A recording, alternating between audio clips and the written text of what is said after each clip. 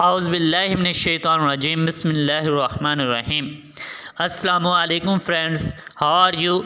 मैं उम्मीद करता हूँ कि आप सब लोग खैरियत से होंगे। मैं आपको एक बार फिर खुशामदीद कहता हूँ कॉन्सेप्ट फॉर मैथमेटिक्स चैनल में। आज हम बात करेंगे फंक्शन पर और इसके अलावा डोमेन और रेंज पर। सबसे पहले आप लोगों से एक छोटी सी रिक्वेस्ट है कि जिन लोगों ने अभी तक मेरे चैनल को सब्सक्राइब नहीं किया तो मेरे चैनल को सब्सक्राइब कीजिए करें और बेल आइकन पर लाजमी क्लिक कीजिएगा।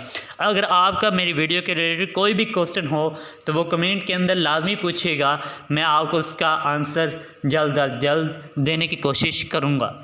ओके, अब हम फंक्शन की तरफ चलते हैं कि फंक्शन क्या होता है। थोड़ा सा हम इसके इंट्रोडक्शन की बात करें तो जो फंक्शन है ये बेसिकली एक इम्पोर्टेंट टूल है जिसके ज़रिए जो हमारा रियल वर्ल्ड है हम इनको मैथमेटिकल टर्म के अंदर डिस्क्राइब करते हैं।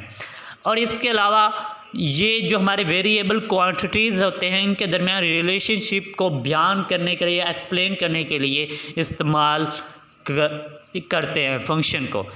और कैलकुलस के अंदर ये एक अहम किरदार अदा करता है। जो फंक्शन है ये कैलकुलस के अंदर एक अहम किरदार अदा करता है।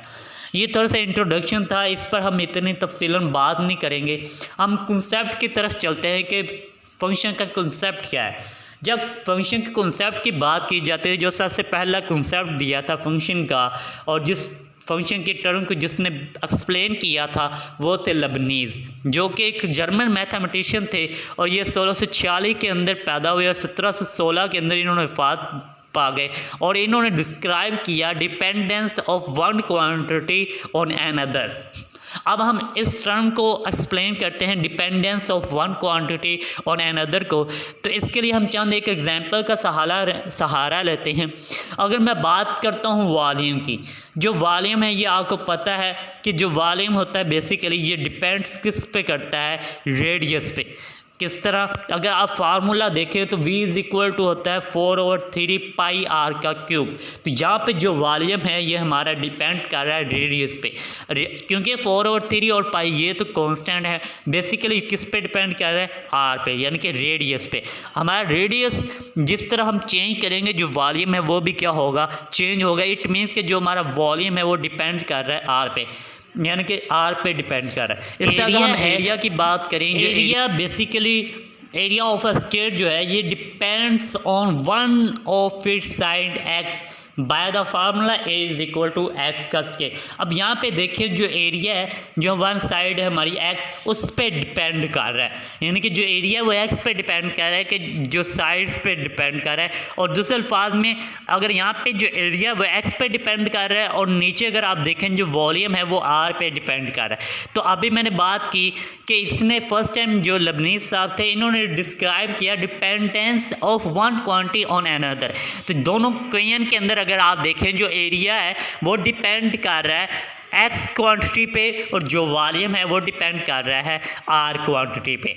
और अब इन एज केस के अंदर अगर आप दोनों केस के अंदर देखें जो वन वेरिएबल क्वांटिटी है अगर आप उससे y कहते हैं, ये जैसा कि अगर एरिया और v है वॉल्यूम, जो हमारा एरिया और वॉल्यूम है, इसको अगर मैं y कहूँ, ये दोनों डिपेंड्स कर रहे हैं एन अदर क्वांटिटी पे, जो कि अमूमी तौर पर हम उसको x कहते हैं, हम x कह लेते हैं। तो जो इस दोनों बातों से फिर वाज़ा हुआ, जो मैंने अभी दोनों एग्जाम्पल देख के जो हमारा y है वो कम्प्लीटली तौर पर डिपेंड कर रहा है x पे। और हम ये कह सकते हैं कि जो हमारा y है y is a function of x। हम इसको ये कह सकते हैं y is a function of x। अब जो y is a function of x है इसको सिंबॉलिकली मैथमेटिक्स के अंदर किस तरह लिखते हैं। इसको फर्स्ट टाइम एक एलर थे मैथमेटिशियन जो कि स्विस से बिलोंग करते थे, उन्होंने जो कि 1707 के अंदर पैदा हुए और 1783 के अंदर उन्होंने वफात पाई।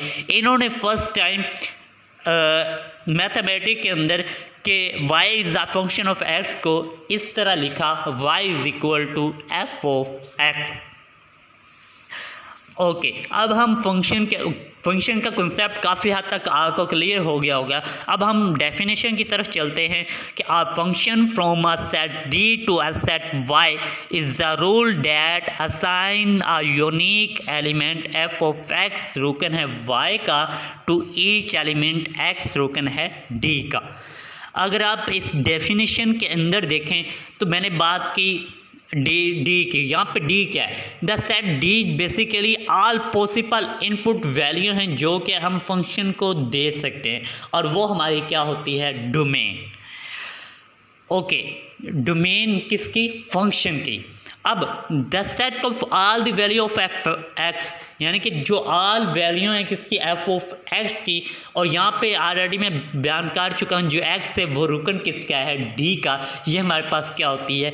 रेंज होती है। डोमेन और रेंज का कंसेप्ट इन सिंपली वर्ड में अगर आप जस्ट लाइक फंक्शन के एक मशीन की तरह अगर लें तो जो हमारी आउटपुट होती है वो हमारे पास क्या होती है? रेंज होती है। और जो हम फीड देते हैं मशीन को, या दूसरे अल्फाज में जो हम इनपुट देते हैं फंक्शन को, वो हमारे पास क्या होती है? डोमेन होती है। अब हम डोमेन और रेंज के कॉन्सेप्ट की तरफ जा रहे हैं। उम्मीद करता हूँ कि आपको फंक्शन की काफ़ी हद तक समझ आ गई होगी।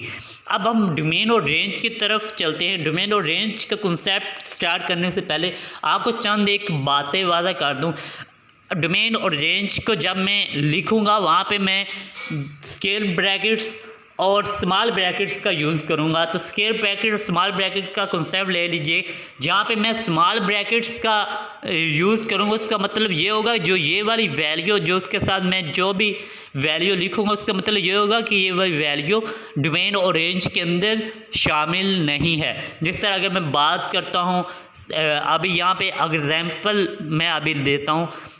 ओके, ये जो मैंने अभी एग्जांपल दी अगर आप इसके अंदर देखें तो मैंने स्मॉल ब्रैकेट्स का यूज़ किया। स्मॉल ब्रैकेट के साथ मैंने लिखा है -1 से लेकर 1 तक, और 1 के साथ मैंने जो ब्रैकेट यूज़ की है वो स्क्वायर ब्रैकेट यूज़ की है। अगर आप देखें स्मॉल ब्रैकेट के साथ -1 है, इसका मतलब क्या है कि -1 जो है वो इंक्लूड नहीं है, और 1 के साथ स्क्वायर ब्रैकेट्स है, इसका मतलब जो 1 है वो इंक्लूड है। अब यहाँ तक उम्मीद है कि आपको वादा हो गया होगा कि जहाँ पे मैं स्मॉल ब्रैकेट्स का यूज़ करूँगा उसका मतलब है कि वो डोमेन और रेंज के अंदर शामिल नहीं है, और जो जहाँ पे मैं स्क्वायर ब्रैकेट्स का यूज़ करूँगा वहाँ पे मतलब होगा कि ये डोमेन और रेंज के अंदर शामिल है। ओके, अब हम डोमेन को थोड़ा सा और एक्सप्लेन करते हैं। डोमेन के अंदर 2 चीज़ें इंक्लूड नहीं होती। कोई भी आप रियल नंबर वैल्यू पुट करें, इनपुट दें रियल वैल्यू से रियल नंबर से आप कोई भी इनपुट वैल्यू दें फंक्शन को, और जिस वैल्यू पर जो हमारा फंक्शन है वो कोई कॉम्प्लेक्स नंबर दे तो वो हमारे पास उसके डोमेन के अंदर शामिल नहीं होगा।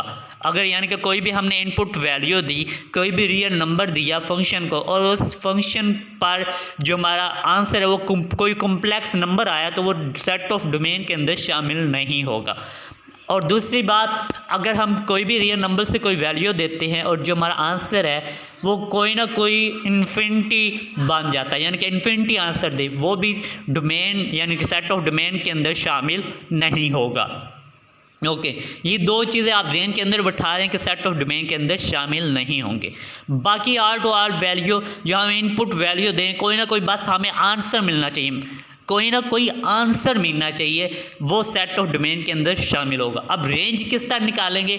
अब जो सेट ऑफ डोमेन जो हमारे पास आई है वो तमाम के जो सेट ऑफ डोमेन यानी कि जो हमारे पास डोमेन आई है वो उस डोमेन में से आप वैल्यू पुट करें फंक्शन के अंदर, और वहाँ से जो आपके पास आंसर आएगा वो आपकी रेंज होगी। इन सिंपल वर्ड्स में मैं आपको बता रहा हूँ। अब हम चंद एक एग्जाम्पल की तरफ चलते हैं। अब फर्स्ट एग्जाम्पल लेते हैं y = x का स्क्वायर। अब इसके डोमेन की बात करते हैं।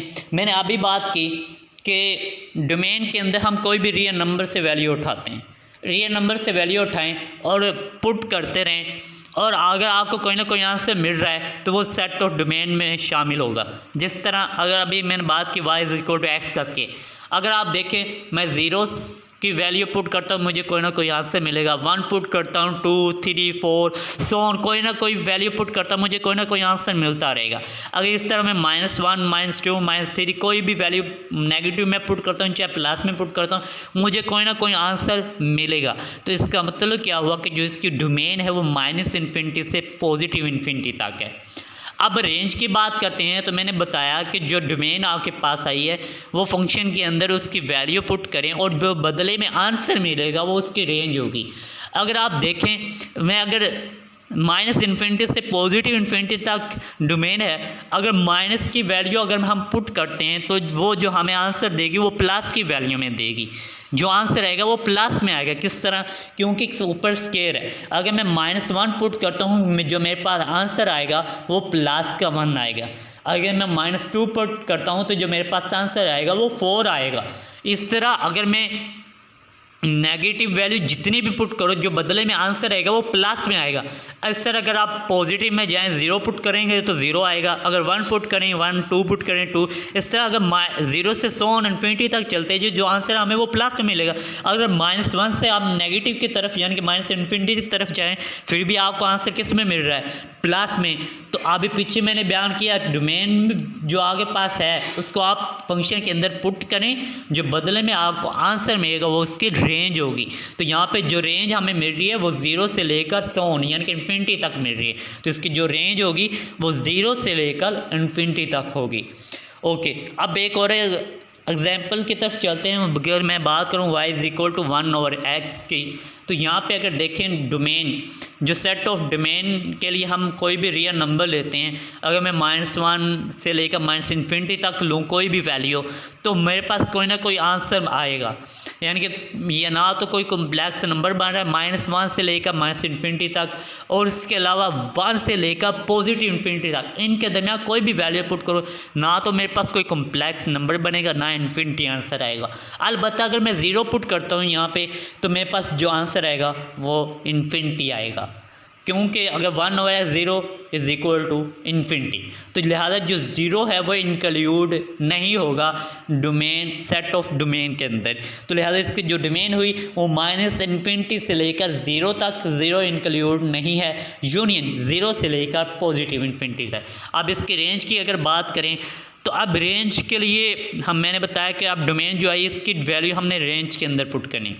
अगर आप इसका सिंपल सा कंसेप्ट लें, देखिए अब हमने डोमेन का, जो हमारी डोमेन है उसको हमने फंक्शन के अंदर पुट करना है, और फंक्शन के अंदर पुट करेंगे, जो बदले में आंसर मिलेगा वो हमारी क्या होगी? रेंज होगी। अगर आप इसका सिंपल सा कंसेप्ट लें, जो हमारी डोमेन है वो -इन्फिनिटी से लेकर 0 तक, फिर यूनियन 0 से लेकर पॉजिटिव इन्फिनिटी तक है। अब आप यहाँ पे 0 इंक्लूड नहीं है। अब हम बात करेंगे सबसे पहले -इन्फिनिटी से लेकर 0 तक की। अगर आप देखें रियल लाइन के ऊपर 0 और -1 के दरमियान अनलिमिटेड नंबर हैं जिन्हें आप अकाउंट नहीं कर सकते। इसी तरह सिंपली -1 और -2 के दरमियान भी अनलिमिटेड नंबर हैं। दूसरे अल्फाज में आप ये लोग ये कह सकते हैं कि 2 इंटीजर्स के दरमियान रियल लाइन के ऊपर अनलिमिटेड नंबर होते हैं जिन्हें हम अकाउंट नहीं कर सकते। तो लिहाजा अब -1 और 0 के दरमियान अनलिमिटेड नंबर हैं। आप कोई एक ऐसा नंबर उठाएं जो कि 0 के बिल्कुल करीब हो, आप ये कह सकते हैं कि n इसके बाद 0 होगा। आप अगर वो वैल्यू उठाते हैं यहाँ से, यानी कि रियल नंबर से, जो कि सेट ऑफ डोमेन का भी हिस्सा है, सेट ऑफ डोमेन के अंदर भी वो शामिल है वो पॉइंट, अगर आप वो x की जगह पुट करते हैं तो आपको जो आंसर मिलेगा वो ऑलमोस्ट -इन्फिनिटी को अप्रोच करेगा। तो इसका मतलब ये हुआ कि आपका जो आंसर मिल रहा है यहाँ पे वो -इन्फिनिटी की तरफ जा रहा है, यानी कि -इन्फिनिटी को अप्रोच कर रहा है।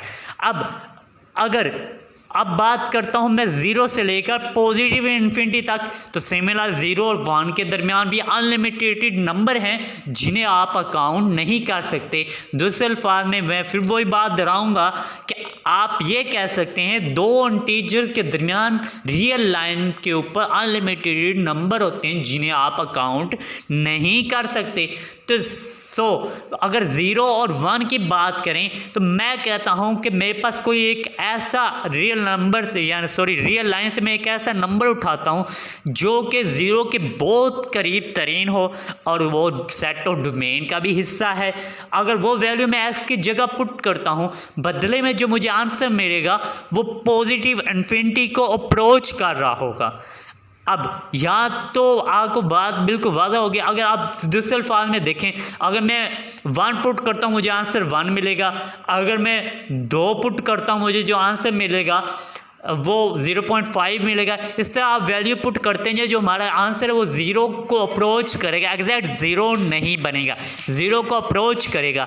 आप इस तरह अगर 0 और 1 के दरमियान जो अनलिमिटेड नंबर हैं और -1 0 और -1 के दरमियान जो अनलिमिटेड नंबर हैं, अगर आप वो वैल्यू पुट करते हैं जो आपको बदले में आंसर मिलता जाएगा वो 1 2, पॉजिटिव में 1 2 और इसी तरह नेगेटिव में भी -1 -2 से माइनस इन्फिनिटी तक जाएगा, इधर पॉजिटिव इन्फिनिटी को अप्रोच करेगा। तो जो इसकी रेंज हुई वो -इन्फिनिटी से लेकर 0 तक, यूनियन 0 से लेकर पॉजिटिव इन्फिनिटी तक, और यहाँ पे 0 इंक्लूड नहीं है। एक और एग्जांपल देखते हैं, y = √x। अगर आप रियल लाइन से नंबर उठाएं 0 से लेकर 100, अगर 0 से लेकर आप 100 नंबर उठाएंगे तो आप वैल्यू पुट करें फंक्शन के अंदर तो आपको आंसर मिलेगा। आपको जो आंसर मिलेगा ना तो वो कॉम्प्लेक्स होगा ना इन्फिनिटी होगा। लेकिन जैसे आप -1 से 100 यानी कि -1 से -इन्फिनिटी के दरमियान कोई भी वैल्यू अगर आप फंक्शन के अंदर पुट करते हैं जो आपको आंसर मिलेगा वो कॉम्प्लेक्स नंबर मिलेगा। तो कॉम्प्लेक्स नंबर डोमेन के अंदर शामिल नहीं होते, तो जो आपकी डोमेन होगी वो 0 से लेकर पॉजिटिव इन्फिनिटी तक होगी। जो रेंज होगी, अब जो डोमेन है आपके पास वो फंक्शन के अंदर उनकी वैल्यू पुट करें। अगर मैं 0 पुट करता हूं मुझे आंसर 0 मिलेगा, अगर 1 पुट करता हूं तो 1 मिलेगा फंक्शन के अंदर, अगर 1 पुट करता हूं तो आंसर 1 मिलेगा। इससे अगर 2 पुट करता हूं वो डेसिमल में चला जाएगा। इससे अगर 4 पुट करता हूं तो 2 मिलेगा, अगर 9 पुट करता हूं 3 मिलेगा। इससे आप अगर ऑन वैल्यू पुट करते जाएं जो आपको आंसर मिलेगा पॉजिटिव इन्फिनिटी को अप्रोच करता जाएगा। तो लिहाजा जो इसकी रेंज होगी वो भी 0 से लेकर पॉजिटिव इन्फिनिटी तक होगी। उम्मीद करता हूं कि आप को डोमेन और रेंज की काफ़ी हद तक समझ आ गई होगी। और नेक्स्ट वीडियो तक अस्सलाम वालेकुम। कोई भी क्वेश्चन हो तो इनबॉक्स में लाजमी शेयर करें।